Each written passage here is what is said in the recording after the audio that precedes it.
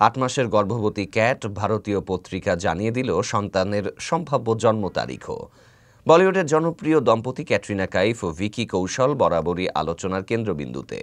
2021 সালে রাজস্থানের সোয়াই মধুপুরে six senses resort fort বারওয়ারার তাদের বিয়ের পর থেকে এই দম্পতিকে নিয়ে অনুরাগীদের আগ্রহ তুঙ্গে।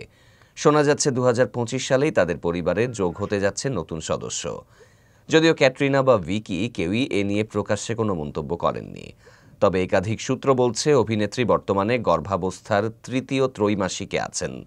বলিউড হাঙ্গামার প্রতিবেদন বলছে অক্টোবরের শেষ ভাগে অর্থাৎ 15 থেকে 30 অক্টোবরের মধ্যে সন্তান জন্ম নেবে বলে আশা করা হচ্ছে।